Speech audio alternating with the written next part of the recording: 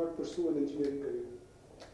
Either they go do an MBA from one of the IIMs and go into the finance or marketing or business sector, or if they are really technically inclined, will go to the US to pursue higher studies and then stay there and rarely come back.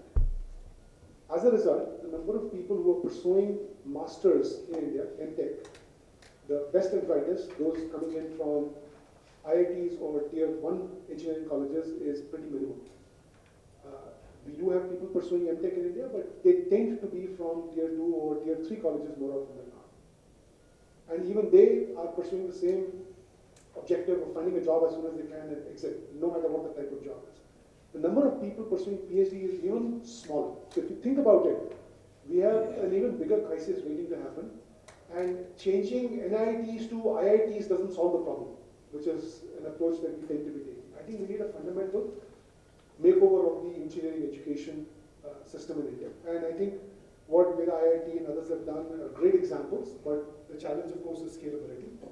They're great examples. Let me share some of the things that we need to do. First, engineering education is the only trade, is the only discipline where a person can go from completing 4 years of a program directly into a job. Almost every other discipline, you need to go through some form of apprenticeship or internship to become a qualified professional before you can start doing the job, right? If you're a doctor, you need to do a 1 year of residency. If you're a lawyer, you need to do something similar. If you're a CA, you need to do 3 years of articleship. This is the only professional field where you can go from completing the program into a fully productive job. And the reality is, people are not productive. The industry is investing heavily in making these engineering graduates productive. To your question, right? What is the industry doing? And that's what the industry has been doing for the last 20 years. So the first change that's needed is we need to go from a 4-year BTech to a 5-year BTech and make the last 5 year a on-the-job training or internship. Make that compulsory. You don't get a BTech degree and can't be employed unless you've completed that. Now you at least can start to get some people who are productive, who are qualified to do the job that has to be done. So that's one big fundamental radical change. Second, we need to, in institutions like IIT, where the government puts in a lot of funding and education is highly subsidized, right?